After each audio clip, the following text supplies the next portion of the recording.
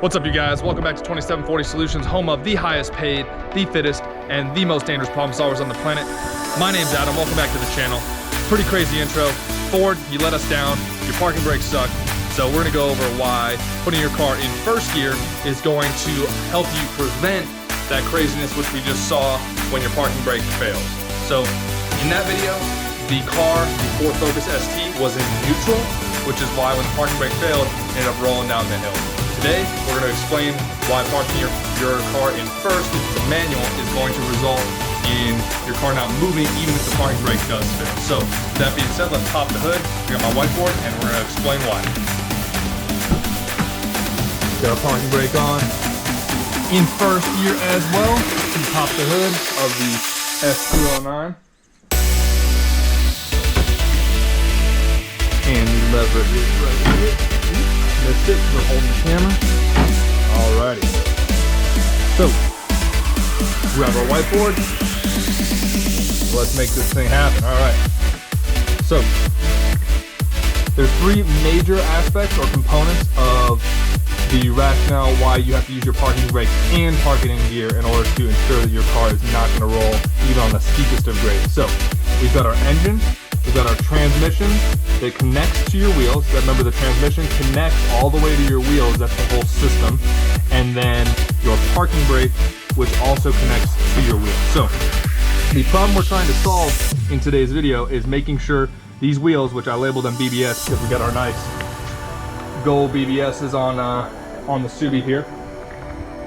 We're trying to ensure that these wheels do not move. So the traditional way, which most people are familiar with, especially with manual cars, is by engaging the parking brake. So you just simply pull it up, it tightens the cable, which then clamps down on the brakes. So when I go right here, now the car is in first, so don't get triggered. If I release the parking brake, that's the sound of the cable getting engaged, and then usually on the back wheel, the parking brake getting engaged and clamping on the rotor, or some system very similar to that. Now, everyone is pretty much good to go on that, right? So you pull the lever, it squeezes the cable, which squeezes the caliper, right?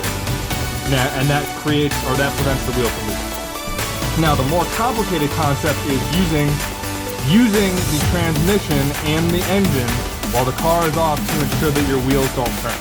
Now remember, your transmission is made up of a bunch of pressure plates and gears that connect all the way from right before the engine all the way to your actual wheel and tires that hit the ground.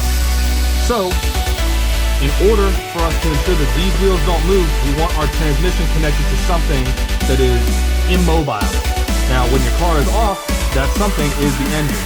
Now, this is counterintuitive because usually people think of, oh, engine. It makes noise, it makes the car go, it makes us accelerate, all that stuff. Brakes are for what is deceleration or parking oriented. No, when the engine is off, it's actually immobile and acts as somewhat of an anchor for your car.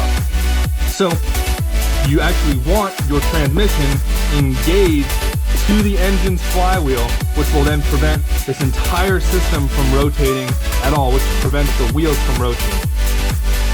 So to do that, all you have to do is go ahead and push the clutch in and put the car in first gear. And that is why you park the car in first gear, because when this is all mated up right here, none of this will move, because remember, the engine is off. So if the engine's off, the engine won't spin the flywheel, it won't spin any of this, it won't spin any gears back here, and then your wheels won't spin either. So that's why I also have my car parked in first gear. You guys can see right here that the car is in first because you can't really move it. If I put my foot on the clutch and then pull it out, that would be neutral right there, but we still have our parking brake on. But I always park it first gear, parking brake on. Alrighty guys, now we'll hop outside and get into a demonstration.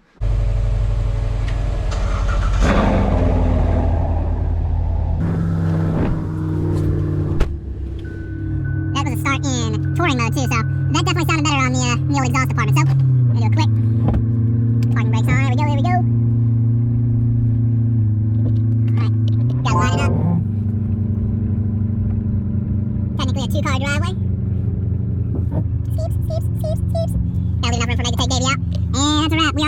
2783, so almost 10,000 miles worth of that. Still sounding pretty good. Make car doesn't appreciate that inside. All right, good to go. That's out of the way. That interior looking top notch. Clear roof, good to go. Check to see the work. Oh yeah, that'll do, that'll do. All right, I'm gonna let you guys watch me pull out the old S209. Tolerance is pretty tight, but if it fits the ship right.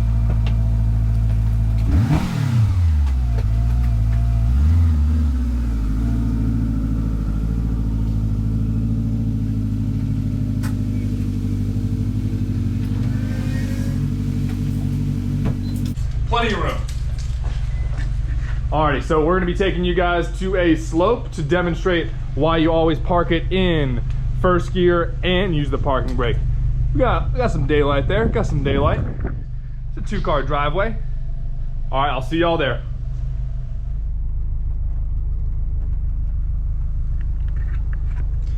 Alrighty, y'all. So now we're gonna demonstrate the difference between parking it in just first gear, so not even with the parking brake, just first gear. We're gonna do parking it in with just the parking brake in neutral, and then we'll do parking it in first gear and with the parking brake. So right now we are running.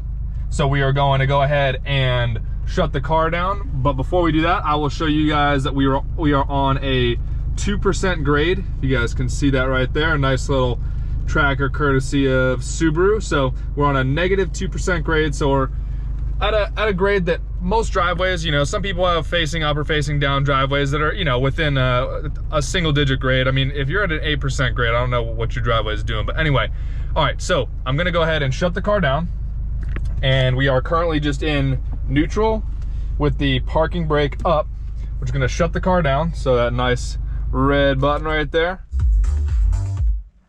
And now I'm going to go ahead and take my foot off, or I'm going to take the parking brake off, and I'm going to take my foot off the brake. So this is just coasting downhill in neutral, and see you guys later.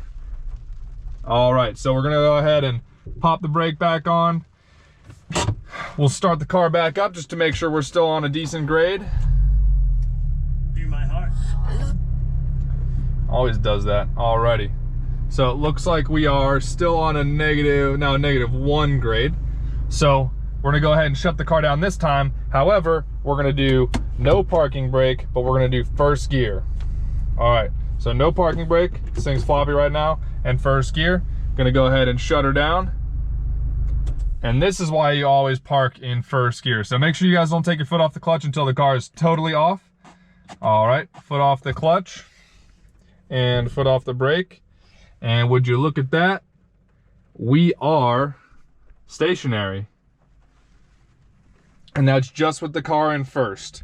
So you can tell because it's not really moving left or right at all, and it's not going out of gear. So parking brake's not on. We're gonna go ahead and start the car up again. Now obviously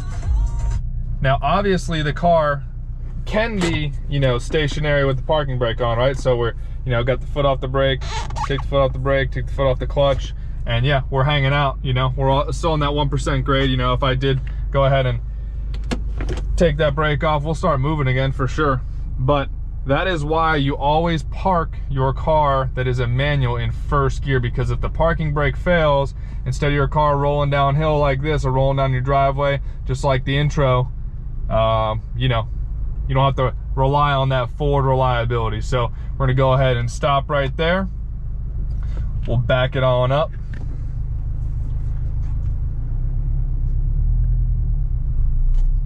And another video we got coming up is how to teach your girlfriend or wife how to drive manual. We're gonna be using this highly sought after one of 209 edition. Well, it's really 101 because I got the gold wheels on it now. No other blue one has gold wheels on it, but we're going to be teaching Meg how to drive stick. So we are currently in neutral, and remember, we're gonna wanna park it in first. And this is just to reiterate to you guys that parking in first without the parking brake on is going to result in us not moving at all. So we'll shut her down. And yep, stopped it itself. Now I can go ahead and put my foot on the clutch, and then we'll start moving because now we're in neutral. But yeah, that is about it. It is starting to rain again, so I'm gonna get this puppy back inside.